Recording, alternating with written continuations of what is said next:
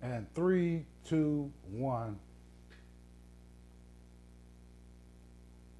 Hello, everybody. Uh-oh. Yeah, I know y'all hear me now. Welcome back to the Plug South. I'm not going to talk too much. Today is, what is it? April the 8th or the 9th, Easter Sunday, April. Blah, blah, blah. Anyway, today is Easter Sunday 2023. Welcome, everybody. I got a different show for y'all today than what we normally do. I'm injecting this other channel into the Plug South, and it's about real life instances. The name of this segment is going to be called Life's Lessons, and it's going to be stories told from everyday people about things they went through in life, and hopefully somebody watching this can, see it, and it might better their life, or you might get something out of it. But it's called Life's Lessons. The first beautiful lady we got today is Miss LaDon Leak. I'm gonna let her tell her story. Y'all check it out, and I'll be back.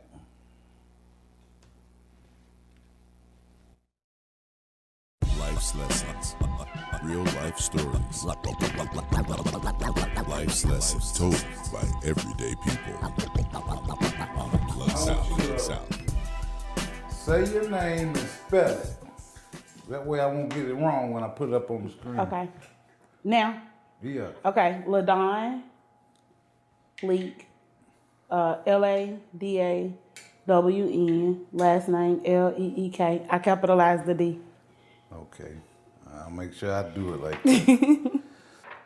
First of all, in a brief minute or so, give a brief description or bio about yourself, like where you lived and who you was raised with, how many sisters and brothers, stuff like that. Okay. Born and raised here in Rome, Georgia. East Rome primarily the first half of my life. I'm the oldest of three girls. Grew up in Greater Mount Calvary Baptist Church. With my grandparents. They're very active in the community, and I've over the years kind of dibbled and dabbled and followed suit. I'm one of those people that, I've done it all. I've cleaned toilets. I've sat it side by side with CEOs of companies, but just somebody who overall have a heart for people, but still learning every day how to continue on this quest called life we're on. Yeah, that's basically what it is. Okay. So now let's get into this thing. The whole thing is about getting young, getting pregnant at an early age. How old were you when you first got pregnant? When I got pregnant, I was 12. I delivered at 13, but I was actually 12 years old. What grade were you in? Summer of 6th grade going into the 7th grade. Okay. So now, you say you had a good family upbringing and everything. Mm-hmm. Were you the guy that you got pregnant by? Were y'all in a relationship, or were y'all just messing around and it just a mistake happened? I kind of had a mission. It wasn't like a relationship. We was really too young to be in a relationship, but just because of the way that I was raised, the girls, peer pressure, the girls in the bathroom at school had been saying what they were doing and all of this. And I was saying I was doing it too. But me having a strong Baptist church upbringing that I have, and learning and knowing the word, the 10 commandments that thou shalt not lie, for whatever reason, just stuck out to me. And so first opportunity with this boy that I thought he was cute, and he thought, I was cute, and we told ourselves do whatever. I was like, I better go ahead and do this so that I won't be telling a lie in the bathroom to my friends at school. So it was basically peer pressure. That and me trying to really still, even at a young age, do right by what the word say and what God say. But that young mind, I was cognizant enough to know, and I had been taught and, had to rehearse and know the Bible, but not mature enough to be able to look at it overall and in its context. I didn't think nothing about, having babies out of wedlock and all of that, how that's just this, frowned upon. All I knew is I'm lying to my friends and I don't want to burn in hell for telling a lie. Boy, that's hard. That is real hard. Okay. When you found out you were pregnant, what was it like telling your parents you were pregnant, and how did they respond to that news? Oh, I didn't know because I had no idea. Like, you don't think about being pregnant, and that's something else I took into consideration when making a decision that I wanted to go ahead and have sex, is that I can't possibly be pregnant because I'm intelligent enough to know that if I haven't started my cycle, then there's no way that I could get pregnant by what I'm doing, by what I wanted to do. And so that being said, that's a lie. And I had no idea that I was pregnant. My mother had no idea that I was pregnant. I have my aunt, my mother's oldest sister, told we were getting ready to move to Detroit. Mama was making a big move from Rome, Georgia, and we were going to move to Detroit. House packed up, everything ready to go, waiting on my Uncle Charlie to be off on that Saturday to drive to the U-Haul. My aunt told my mama, you need to take that girl to the doctor. She went walking swayback. At this time, I was only 145 pounds, but no, nothing was showing stomach-wise. My aunt said I was walking swayback. I'm unaware of this conversation that they're having. What is swayback? Walking with my back like this. Oh, so you can poke it. I wasn't poking, though. My stomach was flat as a board. But my aunt said that I was beginning to walk swayback. And so Mama took me to the doctor. She did. Dr. Dilip Patel said I had a UTI. Gave me medication for a UTI and went on. So I'm like, UTI. Because I never known that was wrong in the first place. I didn't know why I went to the doctor. This is a conversation they had before letting me know why I'm going to the doctor. Mama went back and she said, my auntie told her, So she told her to take me out to the Crisis Pregnancy Center out on Redmond Road. And so Mama did. And that's where I found out I was pregnant. And back to your question on how did I tell them and how did I react and how did they react? They found out when you found out. I was scared as hell. I'm sitting there in this room with my mama and this older Caucasian lady, frail Caucasian lady. There's a picture on a model on the desk of a baby inside a egg, like the little, fetus. Mm-hmm. And the lady begins to introduce me to what I now know is something similar to the black market. And my mama was like, oh, no, blah, blah, blah. Did she go have to have this baby? It's going to be a part of me. She laid down and got it, blah, the whole story. And I'm sitting here thinking like, is she talking all this good stuff while we in here sitting with this lady? But when we get out of here, it is about to be on. But, I mean, it wasn't. It wasn't. And, we moved on from there to make appointments. Shortly after I got an appointment, my very first appointment, I found that I was 4.5 months pregnant with a baby girl. Wow. So that conversation that you and your mother had when y'all left that office, it was just you and her, right? Mm-hmm. Can you remember that? Yeah. Getting in the car or whatever? Who is it? Who did it? And I'm just sitting there like, I'm still, for whatever reason, not wanting to admit that I done did anything, but I mean, I'm pregnant. And she just kept on with that. And then I told her she didn't know who he was, but she knew his family and this, that, and the third. And she was like, well, we have to go and let them know. But and we did from there. But it was just a bunch of questions, a bunch of whens and whys and hows. And I got in trouble because at the time she was working third shift at Floyd Medical Center, and that's how I was able to make it happen. We was living down in Graham Homes. He lived on one street, I lived on another. I'm like, look, she could be going to work after this time, and my sister could be asleep. And so. How many times did y'all did it before? That time, that was it. Time? Yeah. Wow. So I can see what you said. You said, I can't be pregnant. Yeah. And we didn't even, I don't know how graphic you want this to be, but it wasn't even really did it because, at the initial whatever, and I'm like, this cannot be what them girls in the bathroom talking about is so fun.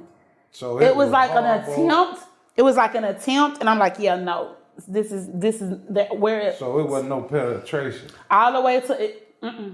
All the way to the point that at my first appointment, technology wasn't being as it is now because we're talking 31, almost 32 years ago. Right. And, they, to do their initial, testings on stuff or whatever, it was found that let's put it like this, they had to finish removing my hymen because it was all over halfway still intact. Which means what the old folks say is true, what Coach DeAngelis taught us at East Rome Junior High is true.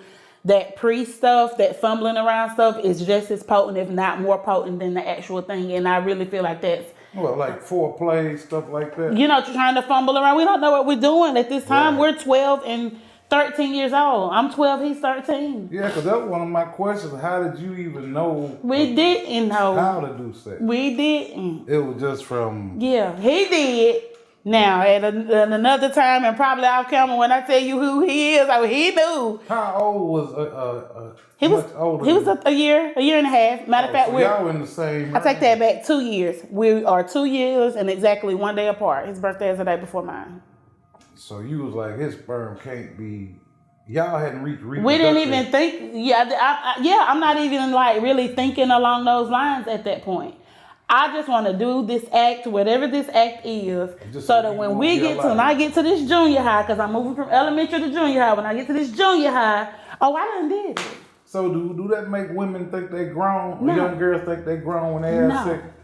I am an overthinker, and I always have been. So I was really trying to think this thing through. I thought I had the perfect plan not to end up in hell for telling a lie. Because I'm not a liar. I've never been a liar, but I was telling a lie. Okay, my next question is, did you experience any physical problems throughout your pregnancy? Afterwards, and it's very true that the brain controls the body in so many senses. Because beforehand, remember me telling you I'm 145, same height I am now, about 5'8", 5'9", stomach flat as a board. But the brain was aware that the body is pregnant. It was like blowed up. I'm talking about beyond control to the point where I got preeclampsia is what they call it. Severe swelling. My stomach, I had stretch marks to the point where my skin was literally splitting open. Oh my God. Yeah, they don't think about that. Change it to the body. And mine happened fast. When I went in for delivery, they weigh you before you go in for delivery. Remember, I told you I was 145 at that first appointment. I was 250 when I weighed in the hospital. So in 4.5 months, I gained 100 pounds. Okay. How did your lifestyle change once you had the baby? Like the baby's here. How did your parents and did you have a daddy? He's deceased. He was deceased long before this, and it changed. It was just you and your mom and them then. Mm-hmm. It changed a lot. Mama still was working third shift, and so here I am. And even though I was I've always been very responsible. I always looked out for my little sisters. And stuff like that when Mama was working or whatever. I kind of became like the man of the house at a very young age. Were you the oldest? Mm-hmm, I'm the oldest. For other reasons outside of my pregnancy, I have had to be that take charge kind of person. But that being said, so now we got school into play. And, inside schools and in the community, people think I'm just this super smart person. I just read a lot and pretty logical, but education is something that my mama have always prioritized, and so did the other people that that were in our village of people. And so now we got to try to fit school in this. And so Mama worked third shift. What month was it when you found out? Was it like summertime or was school you were getting ready to go to junior high? I was getting ready to go to junior high. So I finished the rest of that school, like I had started, but then it was just like, because remember I told you, she had already withdrawn us from schools because we were supposed to be moving to Detroit. So I just didn't go in that year as I was supposed to, which, eventually, ultimately, threw me a year behind, but it changed because now when school starts back, after I had this baby, not long after I had this baby, I was sleeping up all night and now I got to get up and get ready and go to school. But then my mama been up all night too because she works, so she can't go to sleep, and here's this baby. And so it became this rift to where I started, missing a lot of school, a lot of tardies, things like that. And it wasn't recognized or understood in the school system then like it is now, because it was just so rare for it to happen. now. Yeah, they have programs now, but that's how I ultimately ended up quitting. Long story short, how I ended up quitting school and just going to take the GED because of tardies due to absences, doctor's appointments, things like that. They couldn't be approved even though I have documentation, because it wasn't me that was at these visits, it was my child, and so they wouldn't approve them, and they put me in school suspension and told me that I would be there. And then I was like, who's finna sit in here like that? And so I just waited till I was 16. This went on for a couple of years. I was 16, and then I had to beg them because nobody wanted to sign me out. Like my GPA was good and everything. Straight, I quit school with straight A's and B's. But I worked at first. Now at 13 years old, I wasn't even old enough to get a job. But my mama worked at the hospital around doctors and nurses and stuff like that. And so I was like, even her father wasn't old enough to get a job. So I'm like, find me somebody's house to clean. So I cleaned houses for doctors and nurses from 13 until I was 15, where I put my age up at the Crystal, and I worked at the Crystal until I was 16 and old enough to start moving around into different jobs. Serious, yeah. Well, all right. How did the baby fall? He started going to YDC and all this other stuff, and became a ward of the state. I can say that his mother, up until she got sick, she did the best she could on her part, because my mama stance and my stance on it at the time was to try not to. Mama couldn't apply. We couldn't apply for like no public government benefits. Because me being a minor, they're going to go by my mama's income, and she's over income, so we can't get anything. Right. And so just going right out and doing child support, the way the law was set up with him being underage, they're going to put his mother in charge of having to pay his child support, and she was sick and doing the best she could. But there were several family members who might have been getting their hands on stuff that they didn't belong to them, but it would be to benefit, if needed, me and his child as much as they could possible. They did what they had to do. Until I got to the age where like I ain't pushing it. My mama would push it, but I wasn't pushing it. Once I got 17, I realized as long as you had a baby, you can get a project, and I moved out. And from then on, I never asked for nothing else. Whatever came. Whatever did, and then I just did it myself. So when you first told the baby daddy that you were pregnant, how did he respond? He was happy. Oh, you didn't get none of it, ain't mine? Or you should leave somebody else? Because in the midst of all that, now we're having to stay with people. Because mama's like, I can't leave and go to Detroit where I know nothing and nobody, and you're pregnant. Baby, yeah, and you're pregnant, and she's familiar with the community here and the doctors and all that stuff. So now we're here, and now we're staying with people. And he would walk from like East Rome to South Rome with a friend of my mom's that we were staying at, or wherever we would stay at, and we, spend long evenings together talking and whatever and all this stuff. But he also had another child on the way at the same time, so it got kind of complex for him. How did that make you feel? I didn't care one way or the other, because it wasn't like it was I wasn't all in love. So when he used to come hang out with you, how did you treat him? Did you develop any feeling for him after the baby and how he stepped up? Not in a intimate kind of way, like where I want to be in a relationship kind of way, because I've always been very observant. And the person that he was with, they were in a relationship. And from my understanding, he was living with her and all this, that, and the other. And so I see how that is going from afar. Why would I? Right.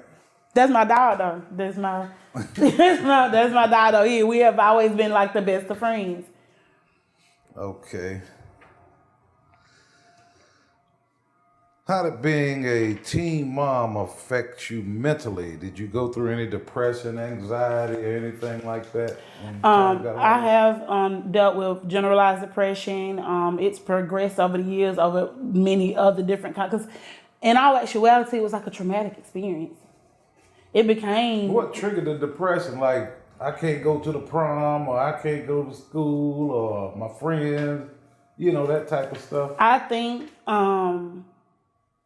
think it may be, some of it may be genetically just there anyway, and the highs and lows of just hormonal changes being pregnant may have brought it on. But my depression, it would be something that's more internalized on the outside. Nobody would ever know. A lot of people will probably watch and see this and not ever know that there was a time, and have been times that I've been very, very severely depressed.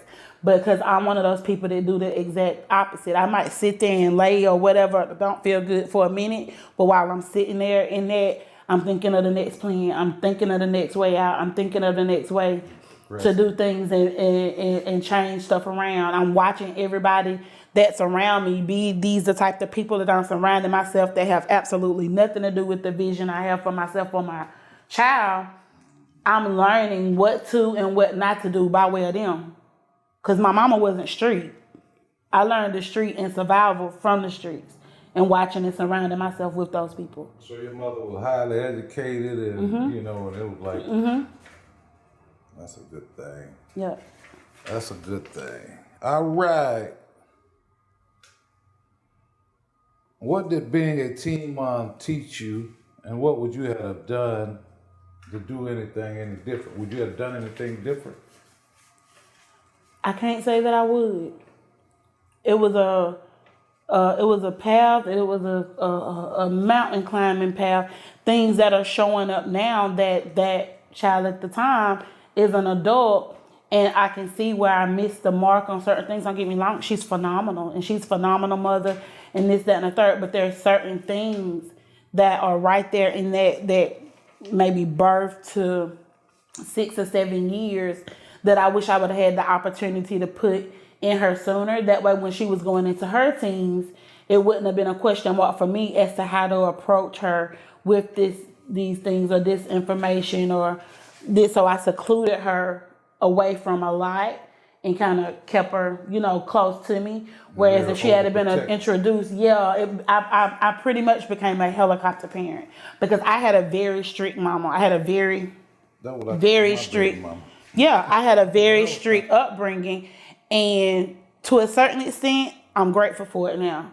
To a certain extent, some of the stuff that I've encountered and hard roads I've encountered and things I've questioned, if I had been introduced to it at an earlier age, it wouldn't have been so surprising, or it wouldn't have been something that I'm curious about.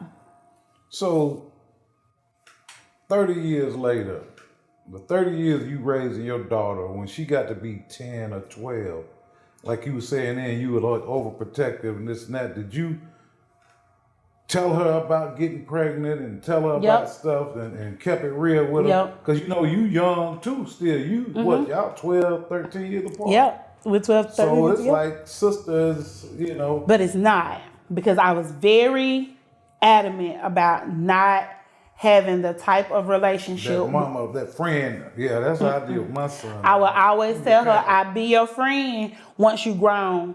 Once you're grown, I can be your friend. Right now, I have a job to do. Exactly. I have 18 years to put everything in you that I'm supposed to be putting into you, mind, body, and soul, before you can go out to the world, and whatever you do, that's whatever you do. But I will always tell her, and then I have 2 other children, but I tell them, I'm not going to tell you not to have sex. I'm not going to tell you that you shouldn't be doing whatever, because I did that. But I will say, when you're ready, let me know when you're ready, and I'll make sure that I provide you with everything you need to protect you from whatever. Because they always told me, don't come here with no baby, but they didn't never tell me how not to. Wow, that's a good one now. So did you ever experience, so you and your daughter, that daughter, y'all was real tight, and did she listen to everything you say? Because now, some kids at a certain age, they do the opposite of what you say. When they get a little and she's done that, but not in anything drastic like that. My children didn't talk back to me. She never talked back. Never none of that. And it be most stuff now that she might say that I'd be like, "What did you? I'm your mama," and I have to be like, "She ain't no kid no more." You know what I'm saying? She ain't not no kid no more. But yeah, very respectful, very mannerable kid. Did what she was supposed to do in school. Did graduated school and has some diplomas herself. Even post high school and things like that. Business owner, owns her own business. So it's just a lot of itty bitty things that I wish. So you did a good job. So now 30 years later, she's self-functioning. Yeah. Because like I was telling my kids that I said, my job is to teach you all this stuff like what you were saying, because I'm going to be gone one day and you're going to be out here by yourself. Yep. And everybody ain't going to do what your mom and your dad are going to do for you. They'll say that if you ever need it. But shit, when you need it, you can't find it. You ain't going to be able to find it. And they break your heart. Yep. So that was a good success story then. So, as far as, so how would you see a granddaughter or some of your friends, your grandkid friends, how old is your grandkid? My oldest grandson, he'll be 14 in May. The middle one is 9. The baby is 2. And I have one that I could probably get a phone call now that she's going to deliver my 4th grandson. My middle child. Boys? They all my youngest child is a boy. He's 23. And you got 2 girls. 2 girls and a boy. Okay. Because that's the main thing. I mean, what do we say to the younger people to try to prevent them from doing that? Educate them and just let them know that you understand. The thing that I can say led to my curiosity is because, for one, I was primarily raised around old people. I grew up 320 East 15th Street. The only time I got to go across Maple Street to the other side was to go to school. Oh, boy. And also be mindful, and this is just me, of the spiritual realm. The generations that not necessarily what you come from, but what is the rest of your family and people like in the other side of the family. Because my mama was, some of her friends may differ on stuff I don't know about, but she was not the me. And she would always say, "Girl, what's wrong with you? I don't know where you come from. Yeah. Why you act like that? You weren't raised like this." But I mean, and one of my cousins, like, DNA don't play. I'm Glanton and Kent on one side, Carthren and Mathis on the other. Mathis and Brown and all that on the other side. So some of those things, those generational things, I might didn't get to her, but it came right down through to me. Yeah. And so just by impulse, I was led to be curious about a lot of stuff. And out of that curiosity, I can't come to you because y'all so closed off on stuff. Buy the books, it got to go like this. And you ask the question, there's just some stuff ain't none of your business. Well, I'm going to find out whether you tell me or not. And a lot of times you already know. I already know, yes. How much do you think drugs play in teen pregnancies? Like nowadays, because you heard the thing to say that they wasn't getting that love at home, so they went and found it somewhere else. But a lot of times your friend be like, "Try this, man," or I think it play a big part because David is out here doing something. It is going down out here right now, and I'm even hearing stuff about mood and sexual enhancing drugs and stuff that you can just even get out of the corner store. Yeah. And I'm like, at child age, why do you even need that? I'll be 46 and I don't need that. Like, what is the deal? So I can say it take a lot to play in it. Everything have to be glorified right now. People paying hundreds and thousands of dollars to get bodies that a lot of us came here genetically predisposed to, which is all. I don't want to hear a lot of times that it'll make me feel better about me. Yeah. Well, do you need the validation of somebody saying that you look good and this, that, and other? Because I was born with some stuff that people are paying a lot for, and I ain't never thought like, that's right there. That makes me such a better person.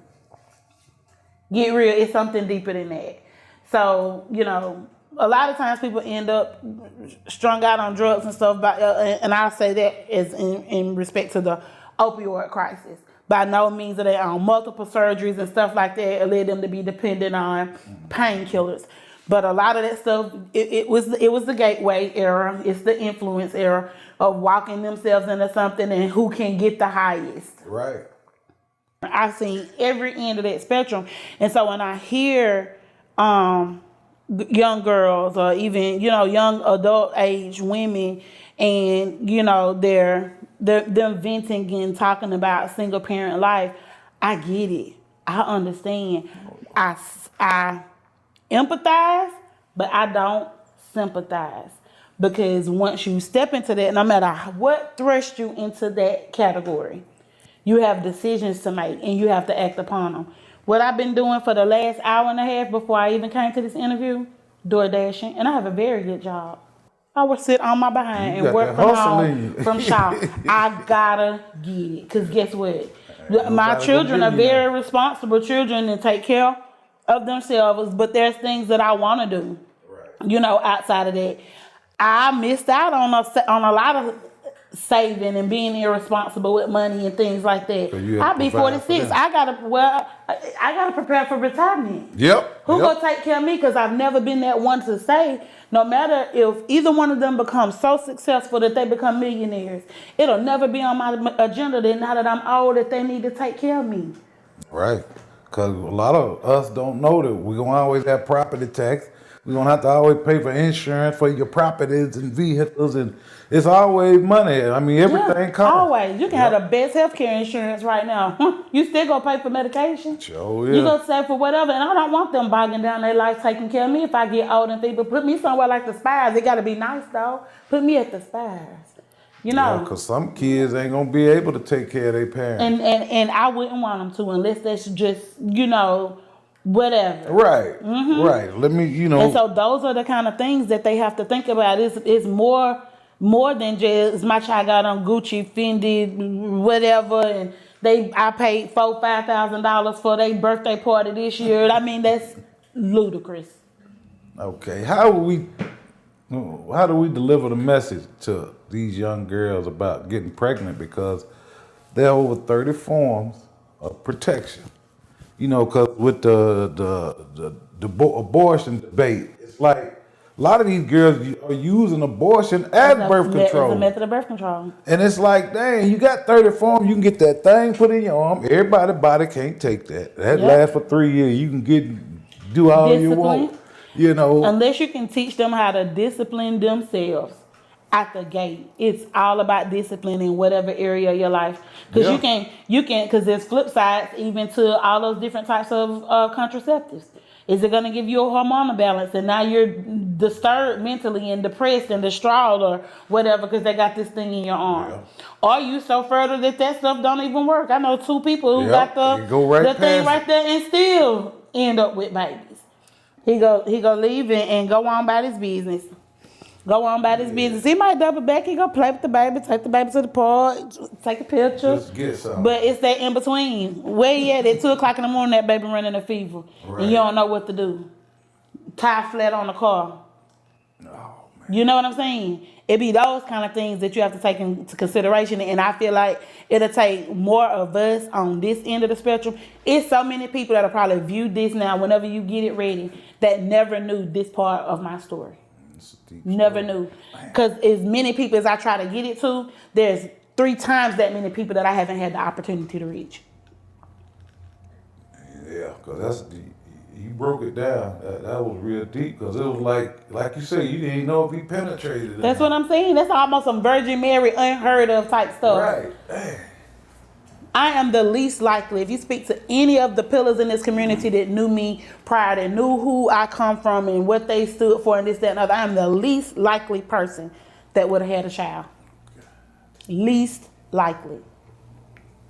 Well, can quote that Bible back and forth, have spoken places all over, you know, and this, that, and the third, but didn't have the common sense to know that, you know what I'm saying? And that's what it be. It be all trial and error. A lot of people, I only know that. I mean, they be like, shoot, you done. It was I done did my time. I done bet your test for it. I done kicked in my door 2 or 3 times. Yeah. I done sat up at that county more than 90 days. You know what I'm saying? Yeah. I done did everything but smoke dope and be gay.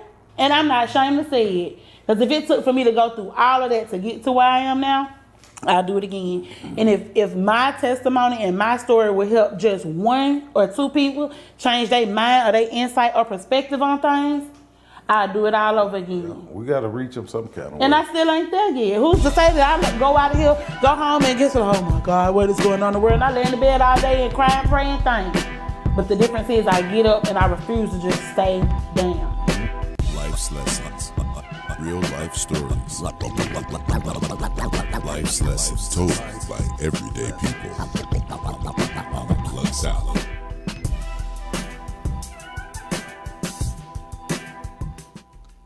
Yeah.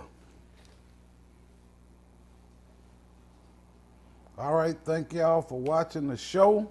That was Life Lessons. Life's Please lessons. leave me some likes, some shares, some comments.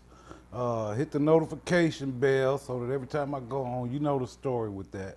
But this is a different chapter or channel that we're going to add to go down a different road. I mean, because with the mic checks and the Plug South with the videos, you're going to see people's expressions through music. But this right here give you expressions of average, everyday living in life. And like I say, hopefully it'll give some people some insight, like she said, and help people along the way. But, you know, if somebody else got a story they want to tell, hit me up, leave me a message in the DM. For the people that's already DM me, I've gotten to one or two of you. I'm kind of slow with this thing, but the editing is deep. But thank y'all. Thank y'all for tuning in, and be ready for the next show. And shout out to Vince the Voice Bailey for that voiceover, and DJ Brad for that scratching and cutting on that thing. But thank y'all for tuning in and watching this show, and I'll see you on the next one. Later. Real life stories.